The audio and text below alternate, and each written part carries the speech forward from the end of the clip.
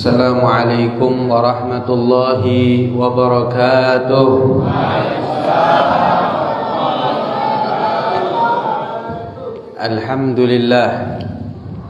Alhamdulillahi rabbil alamin, wa ahkamal hakimin, wa ahsanal khaliqin, wa khairir raziqin, alladhi ahata bikulli syai'in ilma wa ahsa bikulli syai'in adada.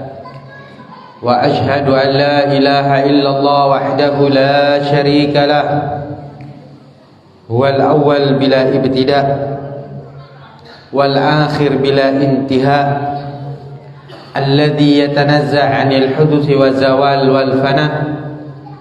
Allahumma salli wa sallim ala sayyidina Muhammadin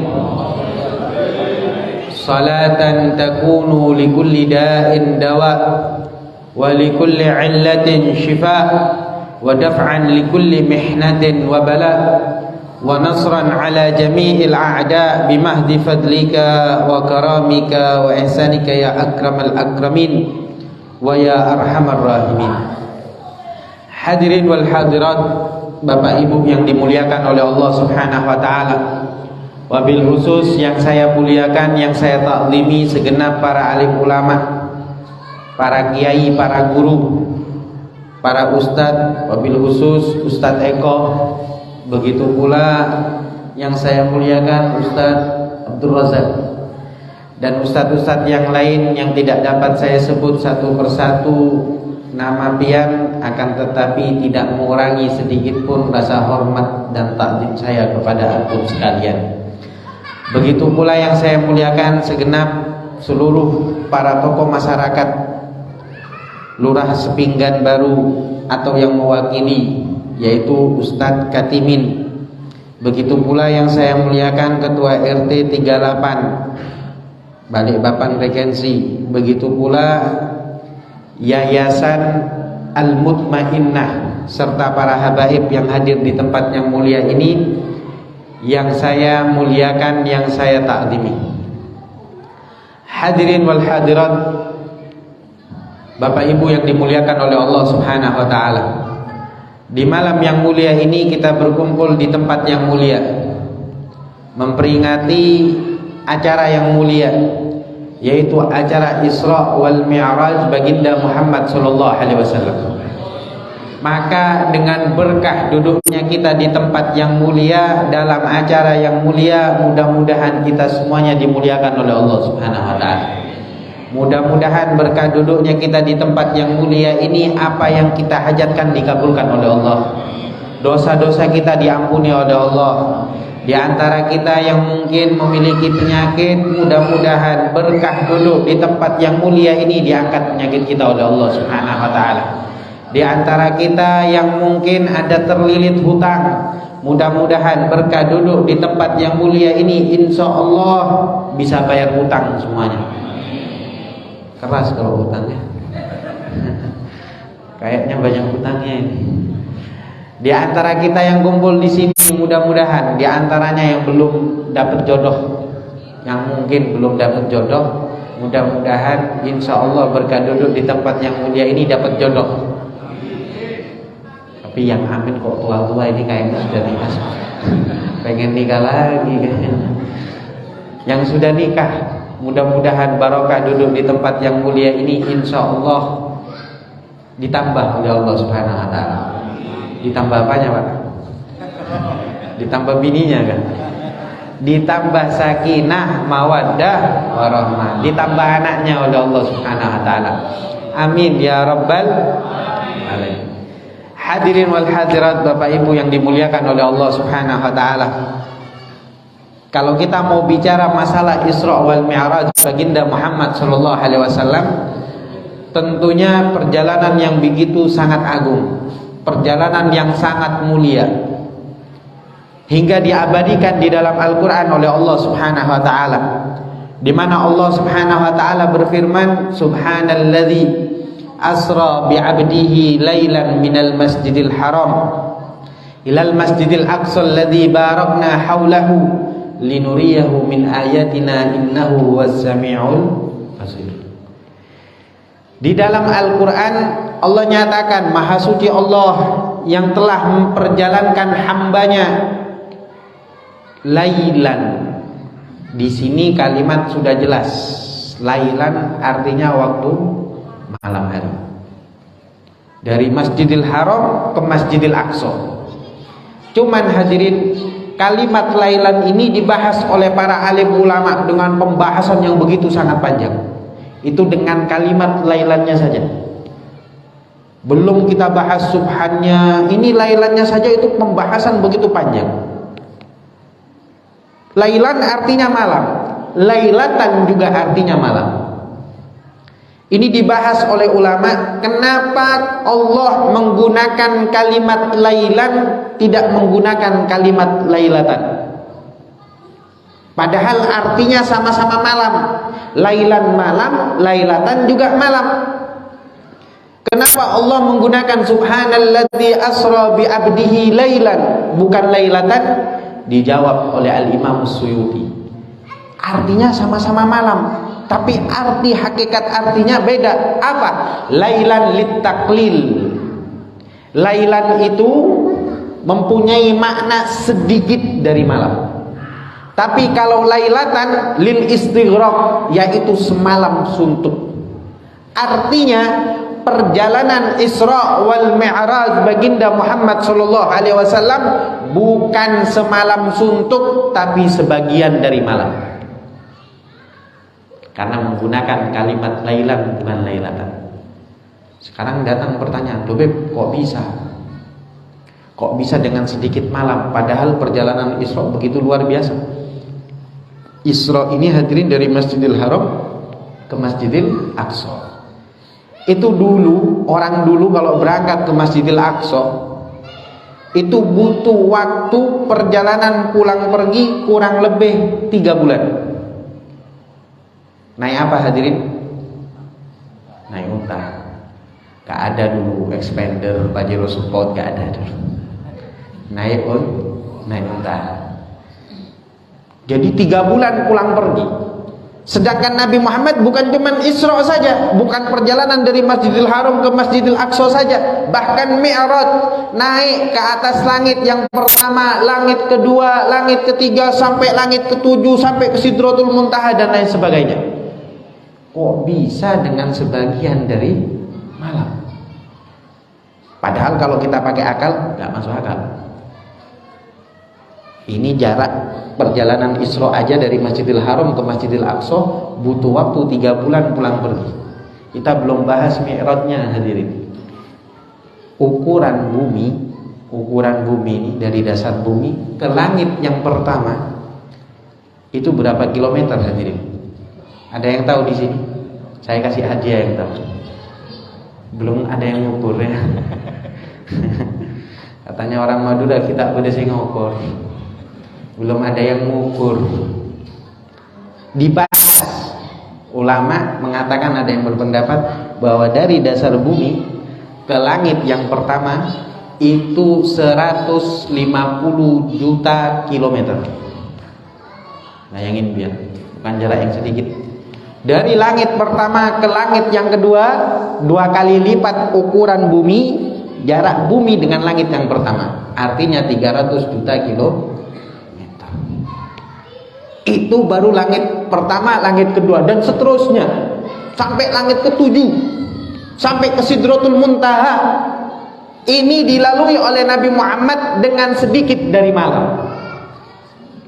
Bahkan As-Sayyid Muhammad bin Alawi Al-Maliki, As-Sayyid Muhammad bin Alawi Al-Maliki yang kerap dikenal dengan namanya Abu Ya Maliki, di dalam salah satu kitabnya beliau mengatakan, perjalanan Isra wal Mi'raj baginda Muhammad sallallahu alaihi wasallam dari awal dijemput oleh malaikat Jibril untuk melakukan perjalanan Isra dan Mi'raj, kemudian selesai dari melakukan perjalanan kembali lagi, itu tempat duduknya Nabi Muhammad sallallahu alaihi wasallam masih hangat hadirin.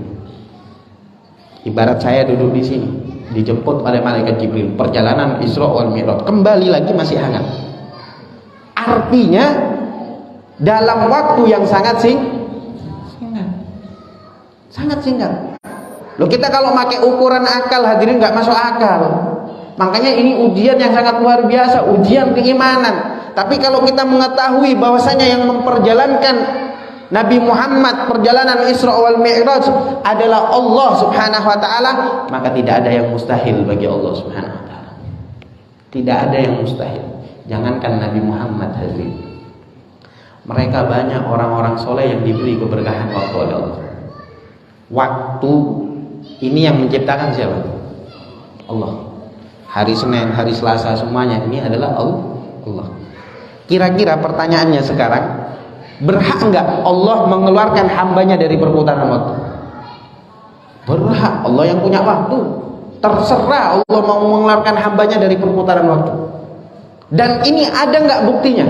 Selain perjalanan Isra wal Mi'raj, ada. Al-Imam Sya'rawi di dalam kitab Isra wal Mi'raj, beliau mengatakan perjalanan Isra wal Mi'raj yang dialami oleh Nabi Muhammad, yang dilalui oleh Rasulullah dengan waktu yang sangat singkat tapi perjalanan yang sangat panjang, ini sama halnya dengan apa yang terjadi kepada Ashabul Kahfi. Ada yang tahu Ashabul Kahfi? Ada ya? Ketemu di mana, Biar? Ashabul Kahfi itu di dalam Al-Quran Allah kisahkan, Allah nyatakan, diceritakan oleh Allah tidurnya berapa tahun, Bu? Ada yang tahu Ashabul Kahfi tidur berapa tahun? Hah?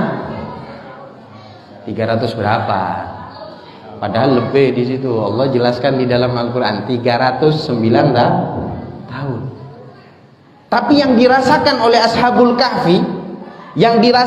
Ashabul Kahfi, tidur seperti tidur biasanya, normal. Yom au ba'da yom. Tidur seperti tidur normal saja setiap harinya. Padahal tidurnya 309 tahun. Waktu yang panjang atau tidak? Waktu yang lama atau tidak? Lama. Tapi yang dirasakan oleh Ashabul Kahfi, dia tidur seperti tidur biasa. Bahkan tidak mengalami perubahan fisik. Kalau seandainya Ashabul Kahfi ini tidak dikeluarkan oleh Allah dari perputaran waktu, pastinya berubah hadirin.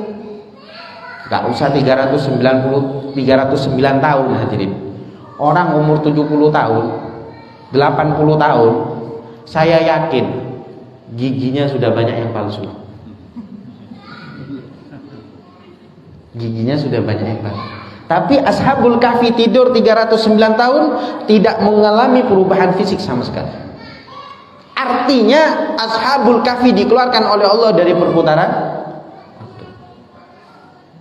309 tahun, pastinya sudah, bayangin kan, kira-kira di sini ada yang umurnya 100 tahun enggak? Kali 3, 309 tahun. Itu tidurnya saja. Kalau tidurnya dari umur 30 berarti 339 tahun. Tidak ada perubahan fisik. Dia kaget ketika keluar ke pasar mau belanja, mau bayar, nilai uang sudah berubah. Jangankan 309 tahun hadirin, 30 atau 35 tahun yang lalu, uang 10.000 kalau dibuat beli bensin, kira-kira dapat berapa liter? Bisa 10 liter hadirin. Cukup dari sini ke Samarinda mungkin cukup 10.000. Itu baru ukuran 30-35 tahun yang lalu, apalagi 309 tahun. Makanya mereka Ashabul Kahfi ketika ke pasar mau belanja, mau bayar, bingung, uang berubah. Dia gak sadar kalau ditidurkan oleh Allah selama 309 tahun, tapi dia merasa tidur sebagaimana tidur seperti biasanya. Nah, ini kata Imam Sya'rawi, Ashabul Kahfi dikeluarkan oleh Allah dari perputaran waktu sehingga dia tidak merasakan. Allah yang menciptakan waktu, Allah keluarkan Ashabul Kahfi dari perputaran waktu. Tapi bedanya sama Nabi Muhammad, dari kisah Ashabul Kahfi ini, kalau Ashabul Kahfi dia tidur 309 tahun tapi seperti sebentar. Kalau Nabi Muhammad enggak. Nabi Muhammad mengalami perjalanan yang begitu panjang, berjuta-juta kilometer, tapi dengan waktu yang sangat singkat mungkin. Dan ini tidak ada yang mustahil bagi Allah Subhanahu wa ta'ala untuk memberikan keberkahan waktunya. Apalagi kepada Nabi Muhammad. Tidak usah Nabi Muhammad, hadirin. Kita kalau baca kisahnya para aulia, para solihin, di antaranya ada Al-Habib Abdurrahman Asgaf. Habib Abdurrahman Asgaf itu, beliau dalam sehari mampu menghatamkan Al-Quran 8 kali hataman. Kira-kira hebat atau tidak? 8 kali hataman. Kalau kita ukur pakai akal, gak masuk akal, Beb. Karena kita gak yakin sama Allah. Kalau kita yakin sama Allah, Allah yang menciptakan waktu, Allah mampu memberikan keberkahan waktu kepada siapapun dari hambanya, gak ada yang mustahil bagi Allah Subhanahu wa ta'ala. Dan ini banyak diperoleh oleh para aulia usholihin. Di antaranya lagi anak dari Habib Abdurrahman Asgaf, namanya Syekh Umar Muhdor. Syekh Umar Muhdor, beliau dalam tarikan nafas, 1 kali tarikan nafas, hembusan nafas, kemudian dihembuskan, itu mampu membaca kalimat Ya Latif 1000 kali. Kadang kita ada yang angkuh mungkin, jangankan 1000, 2000 saya mampu. Ayo coba praktek. Saya yakin belum 2000 sudah innalillahi wa inna ilaihi raji'un. Ain, kalau orang sudah dikasih keberkahan waktu oleh Allah, waktu itu jadi berkah semuanya. Nah, ini kita baru bahas kalimat lailannya. Jadi kajian Isra wal Mi'raj itu kalau diuraikan semuanya panjang lebar. Panjang lebar. Jadi banyak mereka para aulia yang diberi keberkahan waktu, apalagi Nabi Muhammad SAW. Perjalanan yang begitu luar biasa, tapi dilalui dengan waktu yang sangat singkat. Makanya perjalanan ini sangat menakjubkan. Diawali dengan kalimat subhan. Subhan itu kata orang Arab, kan ayat Isra sudah jelas, subhanalladzi, diawali dengan kalimat subhan. Subhan ini kata orang Arab kalimatun tuqalu inda ta'ajjub. Kalimat yang diucapkan ketika takjub kepada sesuatu. Karena memang perjalanan Isra wal Mi'raj sangat menakjubkan. Bayangin pian, dengan perjalanan yang begitu jauh tapi dilalui dengan waktu yang sangat singkat. Subhan. Makanya kalimat subhan digunakan takjub. Semisal ada anak kecil berumur 8 tahun hafal Al-Quran, ini kan menakjubkan hati. Subhanallah, Masya Allah, Subhanallah, luar biasa. Jangan kemudian ada anak kecil hafal Al-Quran, na'udzubillah, tidak pas hadirin. Apalagi zaman sekarang anak muda kadang menyalahgunakan kalimat subhan sama sholawat sama Nabi Muhammad. Hati-hati. Kadang anak muda itu ngelihat wanita buka jilbab, aurat ditunjukkan, wah, subhanallah. Ditambahin lagi, Allahumma sholli Muhammad. Ini kalimat begini istihza. Dia menghina kalimat Allah Subhanahu wa taala, menghina kalimat nama Nabi Muhammad sallallahu alaihi wasallam. Tak boleh. Loh, Beb, kan kalimatnya bagus, Beb. Kalimat bagus kalau tidak pada tempatnya hukumnya dosa, bukan bernilai pahala. Kita tahu kalimat bismillah dengan menyebut nama Allah, ini kalimat bagus atau tidak? Bagus. Makanya kalau kita baca kitab fikih, kitab tauhid itu dibahas kalimat bismillah hadirin. Hukumnya saja dibahas. Contoh, bismillah itu ada kalanya wajib, ada kalanya sunnah. Seseorang membacanya sunnah. Ada kalanya membaca kalimat bismillah hukumnya haram. Wah, kaget sudah, kok bisa haram bismillah? Wah, sesat habibnya. Di kitab fikih dijelaskan. Bismillah kapan wajib? Ketika Fatihah. Ketika sholat baca Fatihah harus baca bismillah. Ada kalanya sunnah kapan? Ketika mengarang buku-buku agama, entah itu kitab dan lain sebagainya, itu ditulis kalimat bismillah. Atau ketika memindah sesuatu yang tempatnya mungkin dari sini ke sini, tapi sesuatu yang bagus, yang manfaat, itu sunnah diawali dengan kalimat bismillah. Ada kalanya haram membaca bismillah. Ada yang tahu kapan seseorang baca bismillah haram? Hah? Kapan? Bukan cuma toilet saja hadirin. Kalau toilet bukan cuma bismillah, semua lafaz Al-Quran nggak boleh dibaca di situ.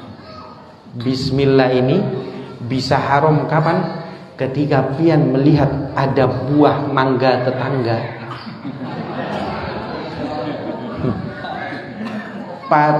kemudian pian sembunyi-sembunyi mau ngambil tanpa izin tetangganya, diawali dengan kalimat Bismillahirrahmanirrahim. Ini bismillahnya haram hadirin. Jadi gak semua kalimat bagus itu berpahala ketika diucapkan, tergantung tempatnya. Loh Beb, katanya sholawat dibaca dimanapun kapanpun. Betul, tapi jangan salah penempatan. Jangan kemudian melihat wanita buka aurat, Allahumma sholli ala Muhammad. Ini dosa hadirin. Kenapa? Kurang ajar. Masa ketika melihat maksiat malah nyebut namanya Nabi Muhammad sallallahu alaihi wasallam. Subhanallah, jangan juga. Jadi dibahas itu. Ini bismillah haram kapan? Ketika mencuri. Bukan cuma mangga tetangga saja.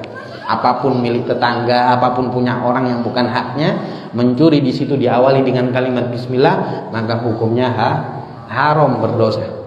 Alhamdulillah. Gimana hukumnya alhamdulillah? Ada kalanya wajib, ada kalanya sunnah, ada kalanya haram, ada kalanya makruh dan lain sebagainya. Wajib kapan? Baca hamdalah, alhamdulillah, kira-kira kapan yang wajib? Ada yang tahu? Kapan? Ketika khutbah Jumat hadirin. Khotib khutbah Jumat di situ harus mengucapkan kalimat hamdalah. Karena hamdalah ini termasuk rukun khutbah Jumat. Kalau tidak sah khutbahnya. Harus ada alhamdulillah. Kemudian ada kalanya sunnah kapan? Ketika khutbah nikah. Khutbah nikah itu sunnah. Ada kalanya haram. Kapan haram mengatakan alhamdulillah? Beb, kok bisa haram? Beb, padahal bersyukur. Sama halnya kayak tadi mencuri hadirin. Mencuri mangga tetangga dengan baca bismillah biar aman, gak ketahuan sama tetangganya. Setelah dia kabur, gak ketahuan, dia bersyukur. Alhamdulillah. Alhamdulillahnya di sini juga haram. Kenapa? Dia bersyukur atas kemaksiatannya. Dan itu bukan cuma mencuri, maksiat, mau berzina diawali dengan bismillah, naudzubillah min dzalik. Di situ haram hukumnya. Alhamdulillah bersyukur atas maksiat, di situ juga haram, berdosa pada Allah Subhanahu wa taala. Ini kita baru bahas subhan sama lailan. Ini bahas sedikit dari bahasa Al-Qur'an yang menyatakan Isra, perjalanan Isra Nabi Muhammad. Kita masih belum bahas tentang asbabun nuzulnya. Itu kalau dibahas hadirin semuanya, ini kita baru bahas 2 kalimat saja. Itu kurang lebih hampir 30 menit sudah. Kurang lebih hampir 30 menit. Itu baru 2 kata. Belum asbabun nuzul.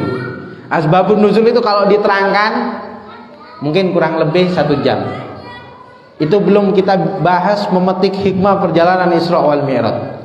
Asbabun nuzulnya aja bisa 1 jam kalau kita bahas, kita terangkan. Kira-kira gimana? Sanggup enggak ini?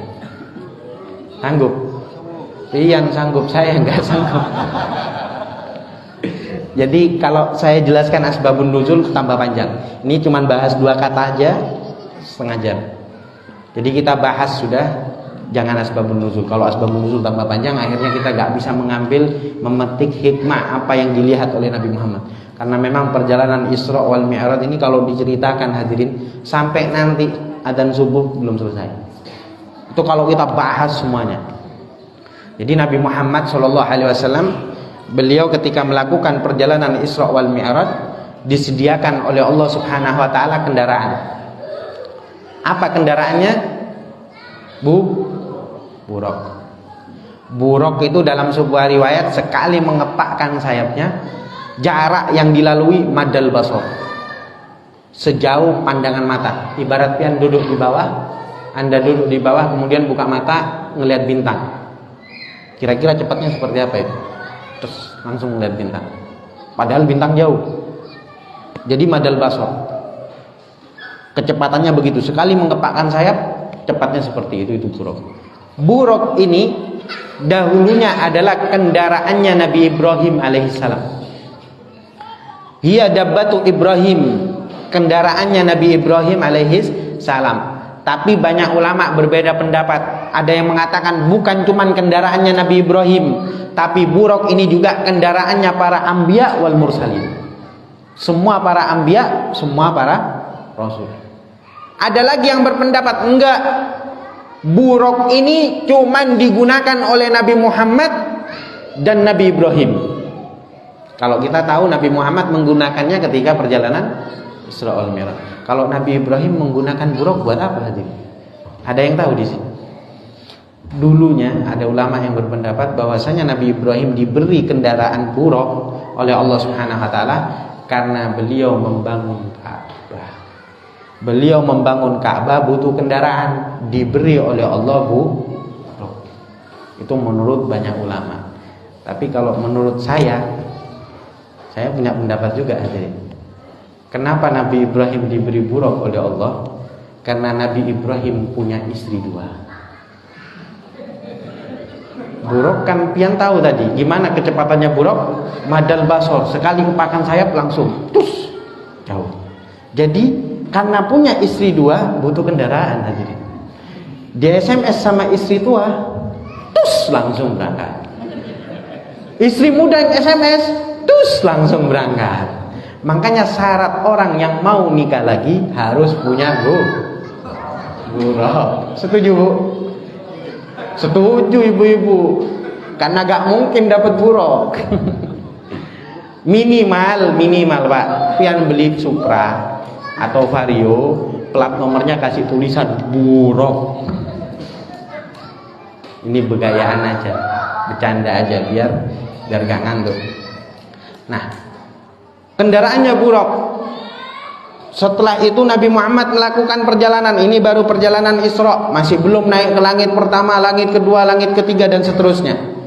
Itu perjalanan Isra Nabi Muhammad di beberapa tempat diperintahkan untuk turun oleh malaikat Jibril.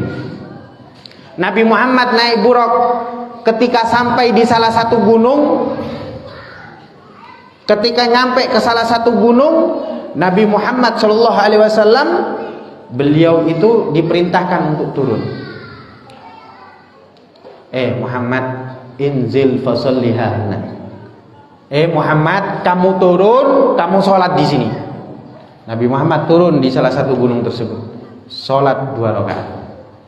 Selesai sholat, Nabi Muhammad tanya, wahai Jibril, ini gunung-gunung apa? Malaikat Jibril menjawab, ini adalah Turi Sina, haitsu kallamallahu Musa taklima. Ini adalah gunung Turi Sina, bukit Turi Sina, di mana Nabi Musa dahulunya pernah berbincang-bincang dengan Allah Subhanahu wa taala. Gunung Turi Sina. Ini dibahas juga sama ulama. Kenapa kok gunung Turi Sina? Padahal gunung banyak. Di Balikpapan insya Allah gunung banyak. Ada gunung Tidar ya. Gunung apa?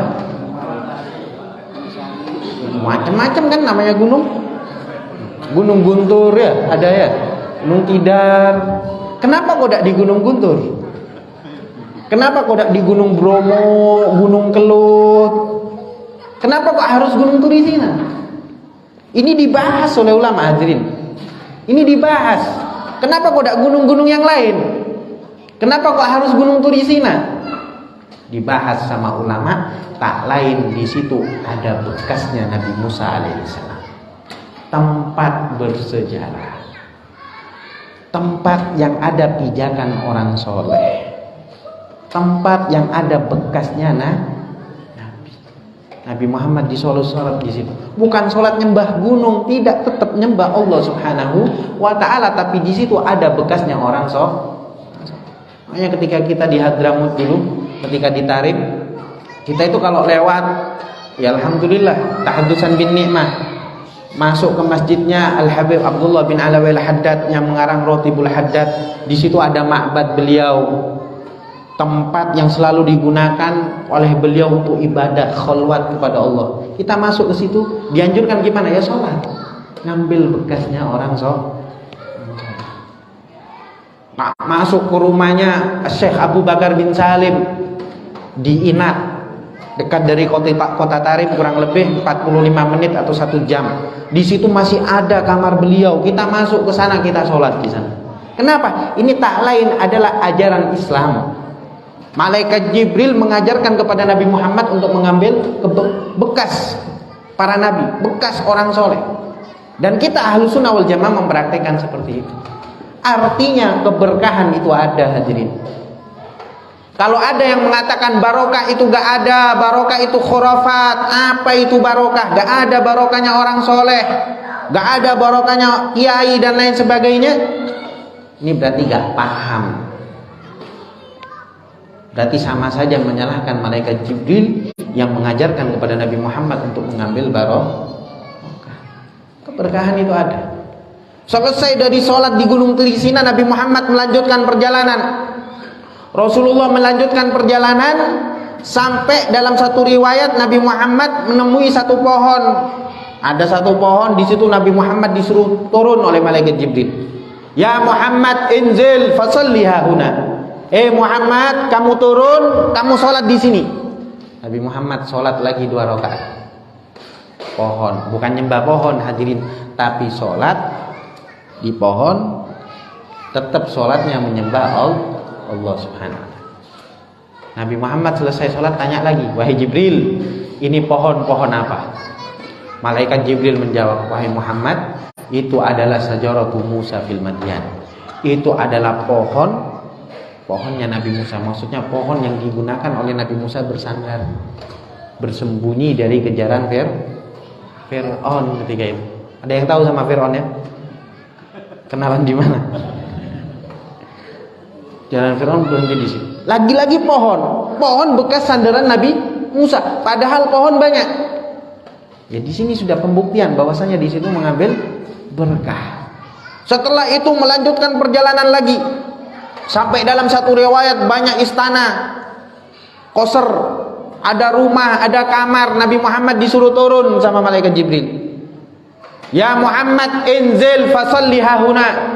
Muhammad, kamu turun, kamu sholat di sini 2 rakaat. Selesai turun sholat 2 rakaat, Nabi Muhammad tanya, wahai Jibril, ini tempat apa? Ini tempat apa? Dijawab oleh malaikat Jibril, ya Muhammad, itu adalah Baitul Lahmin, haitsu wulida Isa. Itu adalah Baitul Lahmin, di mana tempat kelahirannya Nabi Isa alaihis. Lagi-lagi bekasnya Nabi, hadirin. Barokah itu ada. Cuman kadang, hadirin, orang zaman sekarang dia cara untuk mengambil keberkahan banyak keliru, banyak kesalahan. Semisal apa Beb contohnya? Banyak. Kadang jadi modus, hadirin. Ada kiai, ada guru, dia datang tiba-tiba kepengen barokahnya kiai, barokahnya guru. Guru, saya pengen, kadang yang pakai bahasa Banjar, guru, ulun pengen barokah pian. Apa? Ulun pengen sandal pian. Sandalnya guru yang harga 500.000 itu, hadirin, langsung diincer. Sandal pian guru. Ini sebenarnya bukan kepengen barokahnya, hadirin, karena tahu memang sandalnya mahal. Ini namanya mengambil kesempatan dalam kesempitan. Dan banyak hal yang seperti ini, banyak kesalahan. Bahkan saya sendiri juga pernah mengalami di daerah Madura. Masuk ke Pulau Sok, saya dakwah di situ, ngajar di sana. Kemudian saya masuk silaturahim ke salah satu ustadz di sana yang ngajar alif ba ta dan lain sebagainya.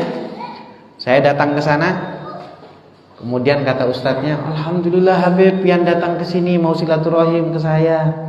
Alhamdulillah, makasih Beb, sama-sama kiai, sama-sama guru ustadz. Nah Beb, boleh enggak Beb kalau saya minta barokah pian? Saya bingung. Apa kiai? Apa ustadz? Saya pengen pinjam surban pian.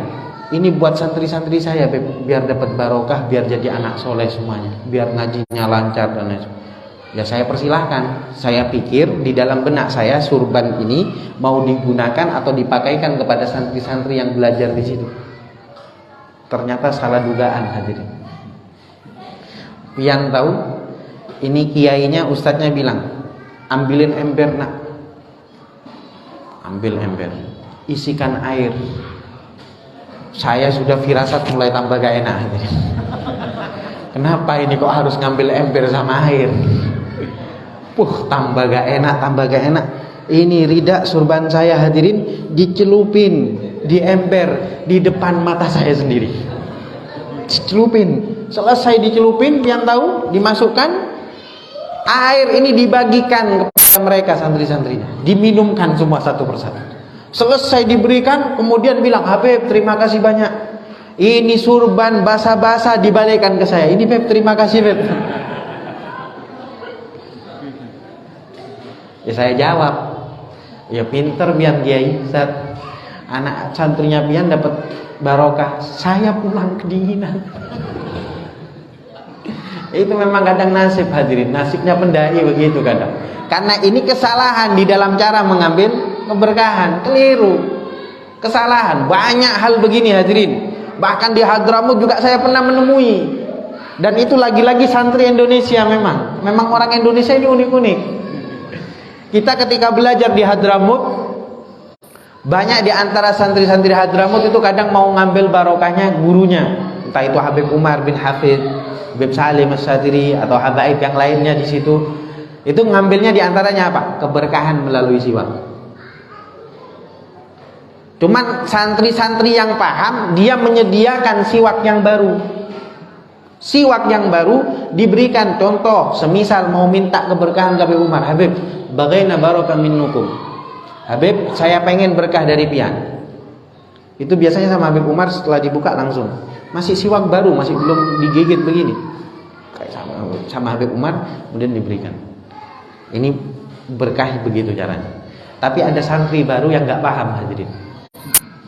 Santri baru yang nggak paham dan nggak mau tanya sama santri yang sebelumnya. Semua giliran minta keberkahan, bawa siwak baru semuanya. Yang dia bingung nggak bawa siwak baru. Siwaknya dirinya sendiri, bekas muntungnya berbulan-bulan, yang sudah belumut itu diberikan ke Habib Umar, diberikan kepada salah satu Habib, tak perlu saya sebut. Habib, bagaimana barokah minnukum? Saya pegang dari belakang. Jangan kayak gitu, itu seolah. Itu bukan pian minta barokahnya Habib, tapi pian yang ngasih barokah ke Habib. Pian yang ngasih barokah ke guru, bukan pian yang minta barokah kepada guru. Hati-hati, karena kadang orang salah di dalam cara mengambil berkah. Berkah itu diajarkan di dalam Islam. Buktinya ini, Nabi Muhammad sholat di beberapa tempat. Sholat yang di situ ada bekas para nabi sebelum Nabi Muhammad SAW. Jadi ya sama, kayak tema saat ini menjaga sholat. Ini sholat sunnah di beberapa tempat. Orang dulu itu hadirin kalau urusan sholat sangat luar biasa. Bahkan orang dulu itu kalau lewat perjalanan jauh kemudian melihat ada masjid, itu masuk ke dalam masjid itu.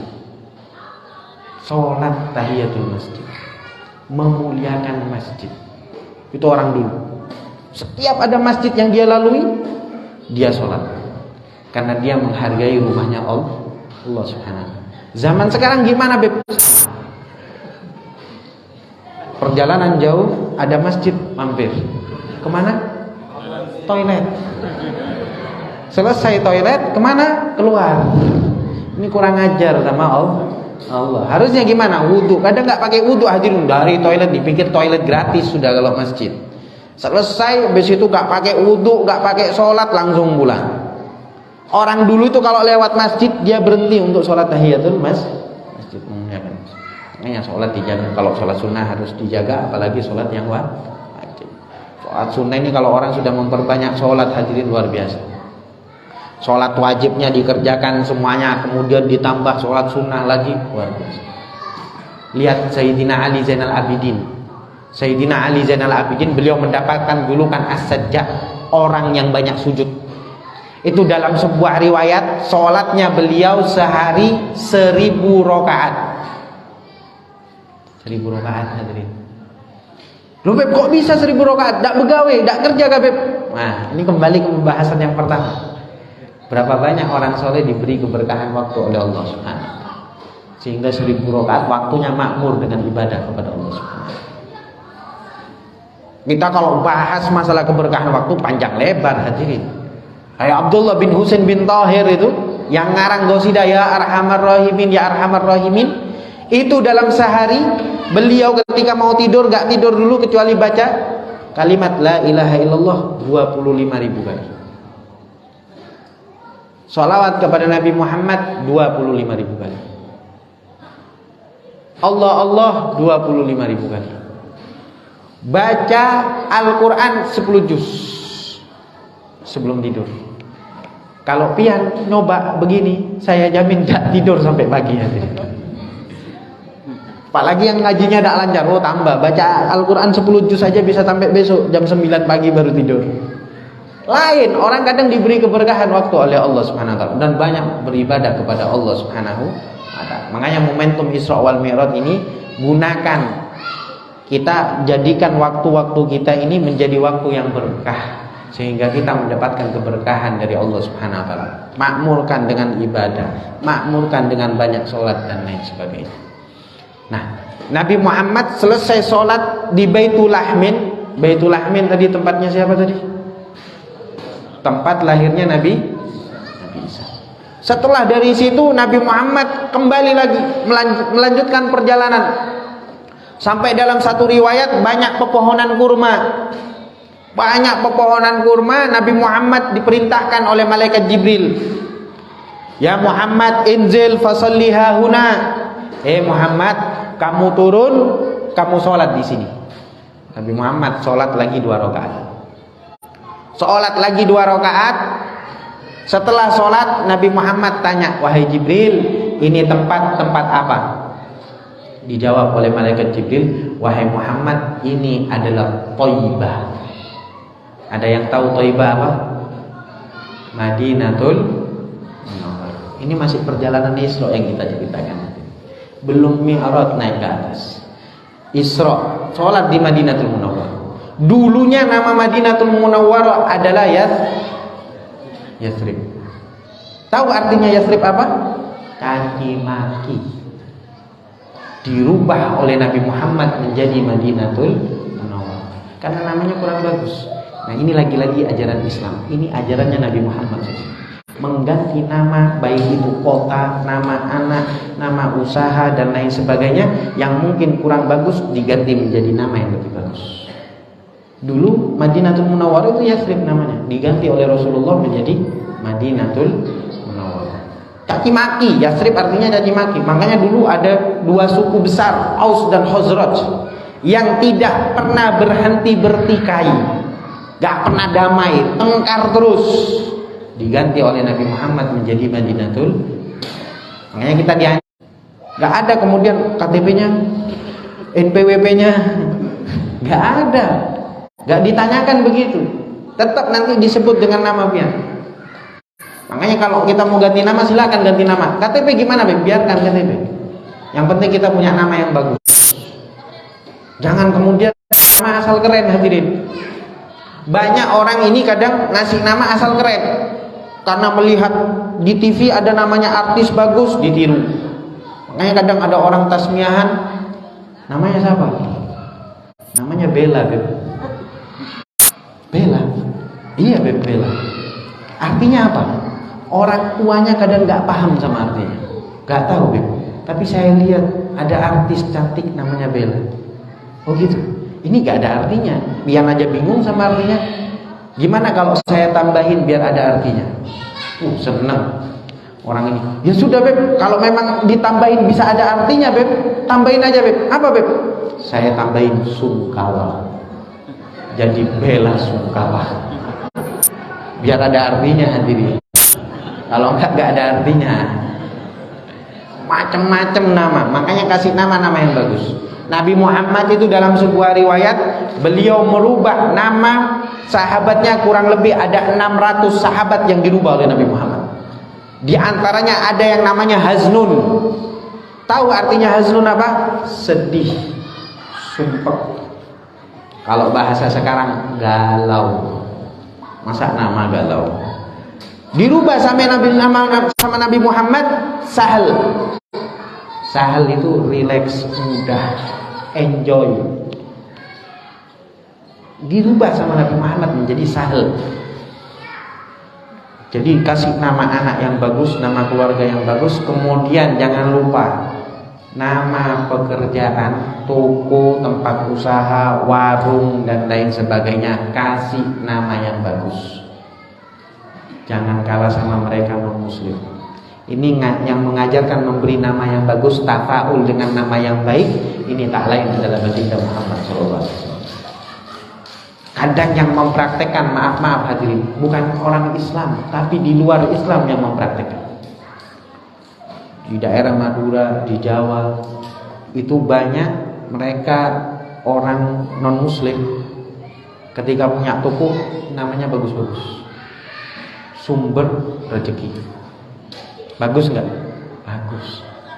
Sumber makmur. Kadang toko makmur.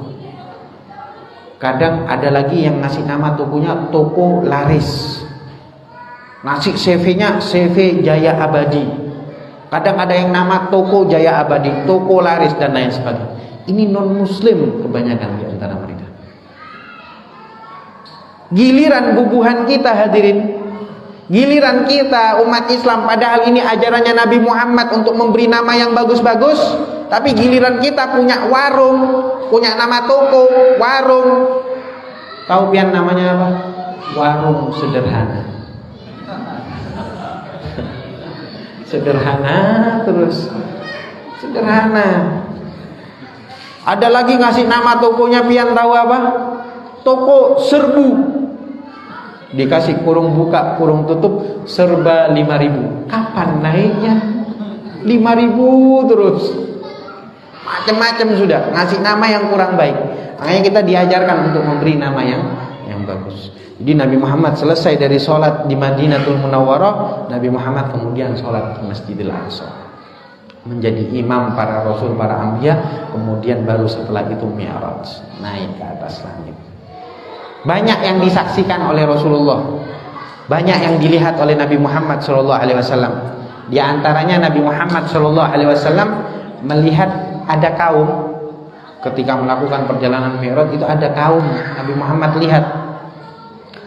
Yazra'u yauman wa yahsudu yauman. Dia menanam bibit di hari tersebut, kemudian memanennya di hari yang sama. Ini pemandangan yang sangat menakjubkan. Nabi Muhammad takjub, kok ada orang menanam bibit kemudian memanennya di hari yang sama. Di mana-mana orang nanam bibit nunggu 3 bulan minimal. Ada yang 6 bulan, ada yang 1 tahun, 2 tahun dan bertahun-tahun untuk dia baru mendapatkan hasil. Tapi ini enggak. Ini yang dilihat oleh Nabi Muhammad, ada kaum dia menaruh bibit, meletakkan bibit dan di hari yang sama dia memanen. Subhanallah, takjub Nabi Muhammad. Nabi Muhammad tanya kepada malaikat Jibril, "Wahai Jibril, ini kaum siapa? Ini umatnya siapa?" Malaikat Jibril menjawab, "Wahai Muhammad, ini adalah kaum termasuk dari umatmu." Luar biasa. Senangnya Nabi Muhammad, bahagianya Rasulullah luar biasa. Ternyata ada kaumku yang seperti ini pekerjaannya. Iya, dia meletakkan bibit dan memanennya langsung di hari yang sama. Artinya dia langsung mendapatkan hasil yang kontan dari Allah Subhanahu wa taala. Nabi Muhammad tanya, "Wahai Jibril, itu siapa?" "Siapa itu?" Kata Nabi Muhammad, "Mujahiduna fisabilillah." Mereka adalah orang yang jihad di jalan Allah Subhanahu wa taala. Cuman hadirin yang dimuliakan oleh Allah, kalau kita dengar kalimat jihad, jangan kemudian kita pikir ngambil tembak sana sini, ngambil bom, ngebom sana sini. Gak selalu makna jihad begitu. Kalau asal-asalan nembak, asal-asalan ngebom sana, ngebom sini, ini bukan jihad, tapi ini jahat. Gak selalu jihad itu dimaknai perang. Tahu pian jihad? Di antaranya jihad, makna jihad sebagaimana di dalam hadis Nabi Muhammad SAW, orang jihad itu orang yang duduk dia menuntut ilmu, juga dikategorikan sebagai orang yang jihad di jalan Allah SWT. Duduk kita ini saat ini mengkaji akan ilmu, mengkaji akan peringatan Isra wal Mi'raj, ini dihitung jihad di jalan Allah Subhanahu wa taala. Ya, mudah-mudahan kita termasuk dari golongan yang menanam bibit dan langsung mendapatkan hasilnya, menuai hasilnya. Jihad seperti ini jihad. Atau mungkin yang lain, semisal membantu dakwahnya seseorang, entah itu membantu dengan uangnya, entah itu membantu dengan tenaganya, mengantar dan lain sebagainya, atau lagi punya uang bisa bantu masjid, ini dihitung jihad di jalan Allah Subhanahu wa taala. Memakmurkan masjid, membantu bagaimana caranya makmur itu masjid, baik dengan uang, pikiran, tenaga dan lain sebagainya, ini juga dihitung jihad di jalan Allah Subhanahu wa taala. Jadi orang yang jihad di jalan Allah, yang berjuang demi agama Allah, ini kan kita semuanya berjuang demi agama Allah, demi agama yang dibawa oleh Nabi Muhammad SAW. Ini kita dihitung jihad di jalan Allah Subhanahu wa taala. Sholat 5 waktu di sini, itu dihitung jihad di jalan Allah Subhanahu wa taala. Jangan kita sangka orang jihad itu, yang dimaksudkan jihad itu perang saja, enggak. Pian sholat 5 waktu, bangun subuh, jalan dari rumah masing-masing ke masjid, ini juga jihad di jalan Allah Subhanahu wa taala. Jihad melawan hawa nafsu, ya kan? Enak-enaknya tidur, bangun, kemudian jalan ke masjid. Ini jihad di jalan Allah Subhanahu wa taala. Jadi makna jihad sebenarnya luas, hadirin. Selesai dari situ, Nabi Muhammad SAW melanjutkan perjalanannya lagi. Nabi Muhammad melihat ada seseorang yang diberi makanan yang fresh, daging yang segar, makanan yang nikmat, yang enak di tangan kanannya. Di tangan kirinya makanan yang busuk, bau, banyak ulatnya. Tapi orang ini yang dia makan bukan makanan yang nikmat, bukan daging yang enak, yang segar, yang nikmat, yang sudah dimasak, enggak. Tapi yang dimakan malah yang busuk. Padahal di tangan kanannya makanan enak, tapi kenapa yang dimakan yang busuk? Nabi Muhammad heran. Kalau tadi bahagia Rasulullah melihat di antara umatnya yang dia menanam bibit kemudian langsung memanennya secara kontan, ini Nabi Muhammad heran, siapa ini wahai Jibril? Ini siapa? Malaikat Jibril jawab, wahai Muhammad, itu termasuk dari umatmu. Ya Allah. Nabi Muhammad kaget. Ternyata ada juga umatnya Nabi Muhammad yang kelakuannya seperti ini. Kok aneh betul. Dikasih makanan enak, gak dimakan, malah makan makanan yang sudah busuk, yang sudah bau. Nabi Muhammad tanya, siapa itu Jibril? Kata malaikat Jibril, wahai Muhammad, itu permisalan umatmu yang dia sudah punya pasangan halal, tapi dia malah jajan di pinggir jalan. Tahu jajannya? Bukan wadai-wadai kayak gini, bukan. Ini jajan 17 tahun ke atas. Malah dia beli wanita lain atau selingkuh dengan suami orang dan lain sebagainya. Alhasil bukan dengan pasangan yang halal. Zina. Zina itu ada dua, hadirin. Ada zani muhson, ada zani ghairu muhson. Zani muhson adalah orang yang sudah punya pasangan halal tapi masih berzina. Di dalam hukum Islam ini haknya pian tahu, harus dirajam sampai mati. Dilemparin batu sampai mati. Ini hukumnya. Tapi jangan kemudian kalau pian pergokin orang lagi zina, kemudian pian ngambilin batu dilemparin. Enggak. Kenapa? Karena di sini bukan hukum bisa dipahami ya. Ini kita belajar fikihnya aja. Kemudian ada zani ghairu muhson. Siapa zani ghairu muhson? Dia masih jomblo, gak punya pasangan. Zina. Apa hukumannya? Hadnya apa? Yaitu dicambuk 100 kali, kemudian diusir dari kampung tersebut, diasingkan selama setahun. Ini hukum dalam Islam. Tapi kita negara-negara bukan hukum Islam. Jadi gak asal-asalan langsung mempraktekin. Gak boleh begitu. Meskipun ini yang menghak adalah qadhi, pemimpin, bukan kita. Bukan menghakimi secara sendiri, enggak. Nah, alhasil zina ini kata ulama, hadirin, gak langsung zina. Zina itu ada mukaddimahnya. Zina kata ulama pertama kali mukaddimahnya adalah nadroh. nadratun, fabtisamatun, fasalamun, fakalamun, famau'idun, faliqa'u. Ada 6 muqaddimahnya zina. Orang nggak langsung zina kecuali 6 hal ini dulu. Apa pertama kali? Nadroh. Nadrotun, memandang, melihat, pandang-pandangan, saling memandang, melihat perempuan, waduh cantik, lumayan. Setelah memandang apa? Fabtisamatun, senyum. Senyum, disenyumin perempuannya. Yang perempuannya baliknya senyum juga. Setelah senyum gimana? Fasalamun, karena mendapat respon senyumannya, berani sudah, assalamualaikum, nanti ketemu lagi, assalamualaikum. Setelah salam dijawab, direspon, fakalamun, berbincang, ngobrol, famau'idun, janjian. Dan hal seperti ini hadirin di zaman kita sangat mudah. Kenapa? Karena ada HP. Mau diakui ataupun tidak, dengan HP ini mudah. Nadroh, mandang, dari mana? Facebook, banyak fotonya perempuan. Di Instagram, cantik, putih, bening, mulus. Padahal kadang hadirin maaf, itu karena filter Instagram, efek kamera 460, kayak Barbie web. Oh iya, coba datangin, kayak Mak Lampir hadirin. Akhirnya sudah senang melihat begitu, dari Facebook langsung, nggak pakai panjang lebar, DM atau Messenger. Tadi apa? Nadroh. Setelah nadroh apa? Senyum. Ini kan muqaddimahnya zina. Senyumnya gimana, Beb? Senyumnya gimana? Senyumnya di Facebook sekarang ada hadirin. Bukan cuma like sekarang, tapi ada gambar senyum. Ada nggak gambar smile? Dikasih. Dapat respon. Akhirnya gimana?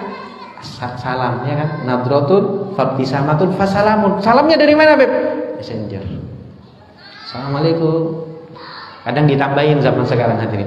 Assalamualaikum ukhti. Dijawab sama yang perempuan, waalaikumsalam akhi. Seakan-akan akhi dan ukhti syariat, padahal ini bukan syariat, tapi maksiat yang dibungkus dengan syariat. Ujung-ujungnya maksiat soalnya. Selesai dari itu, kalau yang dia perjaka sama gadis, ngobrolnya apa pian tahu? Ditanya, umur berapa? Oh, umur sekian, 20. Makanan kesukaannya apa? Makanan favoritnya bakso, mie ayam, soto Banjar, macam-macam sudah. Oh gitu ya. Udah ngobrol panjang-panjang lebar, akhirnya janjian, famau'idun. Ini kalau ngobrolnya perjaka sama gadis. Tapi kalau janda sama duda lain lagi hadirin. Kalau janda sama duda umurnya berapa? 35. Anaknya berapa? Langsung tanya urusan anak hadirin. Kalau janda sama duda. Selesai ngobrol-ngobrol panjang lebar, famau'idun, ngatur janjian. Kamu kan suka makan bakso. Gimana kalau kita janjian di warung bakso? Janjian di warung bakso. Famau'idun, bertemu di warung bakso. Ketika di warung bakso, duduk berdua, bukan sama muhrimnya, bukan sama mahramnya. Sedangkan Nabi sudah mengingatkan, la yakhluwanna ahadukum, kata Nabi Muhammad, hati-hati. Jangan duduk berdua dengan orang yang bukan mahram, karena yang ketiganya adalah setan. Loh Beb, berarti tukang baksonya setan, Beb? Bukan begitu hadirin. Makna hadisnya bukan begitu. Maksudnya Nabi Muhammad di sampingnya itu ada setan, dibisikin, yang laki-laki dibisikin, karena sudah nganu bakso, sudah ada di depannya bakso, mengambil saus sama kecap, ambil saus, dibisikin sama setan, mumpung kamu mau ngambil saus, kamu pura-pura ngambil tangannya, ambil saus, salah, maaf saya mengambil saus, kena tangan. Ini kan salah satu taktik hadirin. Kok tahu Beb? Banyak yang cerita begini soalnya. Pengalaman pribadi katanya. Selesai, sudah begitu, yang perempuan dibisikin, Yang perempuan juga dibisikin hadirin. Bukan yang laki-laki saja, yang perempuan dibisikin. Kata setan, cuman pegangan tangan aja, gak apa-apa sudah. Belum cium-ciuman, akhirnya diberikan. Ini awalnya begini, malu-malu. Pertemuan kedua, yang awalnya duduk berhadapan, berani duduk bersampingan. Akhirnya pertemuan berikutnya berani rangkulan, berani mengecup pipi, ngecup kening. Awalnya di warung bakso, akhirnya lama-kelamaan ketemuannya di mana? Di tempat yang sepi. Di mana, Beb? Di kuburan Cina. Jam 2 malam. Nah, sudah, ini bagi orang yang bokeh hadirin, yang nggak punya uang. Kalau punya uang gimana, Beb? Ke hotel. Awalnya begini, malu-malu dulu, ketemunya malu-malu, sampai akhirnya berani. Ini muqaddimah zina, nadroh, melihat dulu, senyum, selesai senyum, kemudian salam, berbincang, ngobrol, ngatur janjian, ketemu, fazina'u terakhir. Setelah ketemu, zina. Na'udzubillah min dzalik. Maka dari itu kita dengar seperti ini, kita melihat bagaimana Nabi Muhammad melihat ketika perjalanan Isra, melihat orang yang dia diberi makanan yang nikmat, yang satu makanan yang busuk, tapi yang dimakan adalah makanan yang busuk. Jadi jaga anak-anak kita, jaga keluarga kita. Jangan sampai dia buka aurat di pinggir jalan. Ajarkan untuk menutup aurat. Ajarkan, karena saya prihatin zaman sekarang hadirin. Maaf, saya kadang lihat orang di pinggir jalan itu yang buka aurat lebih banyak daripada yang menutup aurat. Zaman sekarang anak muda-mudanya yang buka aurat lebih banyak. Bahkan saya mikir kadang maaf, pahanya ayam itu lebih mahal daripada pahanya manusia. Gratis, dibiarkan. Makanya kita sebagai orang tua harus mengajarkan kepada mereka untuk menutup aurat, karena ini nanti yang akan menyebabkan dia zina, na'udzubillah. Ketika sudah zina, hamil di luar nikah, ribut orang tuanya, ya Allah Beb, ya Allah guru, anak saya telat. Dari dulu gurunya sudah mengingatkan untuk mengajarkan menutup aurat, kenapa kok tidak didengerin? Ketika sudah terlanjur telat, baru nyesel datang ke guru, datang ke ustadz, na'udzubillah min dzalik. Maka dari itu kita berharap kepada Allah, mudah-mudahan keluarga kita semuanya dijaga oleh Allah Subhanahu wa taala. Anak turunan kita dijaga oleh Allah Subhanahu wa taala. Kita berharap kepada Allah, mudah-mudahan berkah dari duduknya kita di majlis yang seperti ini, di tempat yang mulia ini, memperingati Isra wal Mi'raj baginda Muhammad sallallahu alaihi wasallam. Mudah-mudahan apa yang kita hajatkan dikabulkan oleh Allah Subhanahu wa taala. Dosa-dosa kita diampuni oleh Allah. Orang tua kita yang telah wafat, keluarga kita yang telah wafat, mudah-mudahan senantiasa mendapatkan ampunan dari Allah Subhanahu wa taala. Kubur-kuburnya dijadikan raudhah min riyadil jannah, taman dari taman surganya Allah Subhanahu wa taala. Orang tua kita yang masih hidup, keluarga kita yang masih hidup, mudah-mudahan diberi umur panjang oleh Allah, diberi kesehatan oleh Allah Subhanahu wa taala. Dan kita berharap kepada Allah, mudah-mudahan berkah dari tempat yang mulia ini, memperingati acara yang mulia ini, mudah-mudahan ketika kita meninggal dunia kelak dalam keadaan husnul khatimah, husnul khatimah, husnul khatimah. Kita berharap kepada Allah Subhanahu wa taala, mudah-mudahan berkah dari duduknya kita di tempat yang mulia ini, anak turunan kita dijadikan anak turunan yang saleh salehah, yang saleh salehah. Allahumma ja'al jam'ana hadza jam'an marhuma wa tafarruqana min ba'dihi tafarruqan ma'suma wa la taj'al fina wa la ma'ana syaqiyan wa la mahruma. Ya Rabb bil Mustafa balligh maqasidana, ya Rabb bil Mustafa balligh maqasidana wa ighfir lana ma madha ya wasi'al karami. Sallallahu alaihi sayyidina Muhammad walhamdulillahi rabbil alamin. Minta maaf sebanyak-banyaknya atas segala kekurangan. Assalamualaikum warahmatullahi wabarakatuh.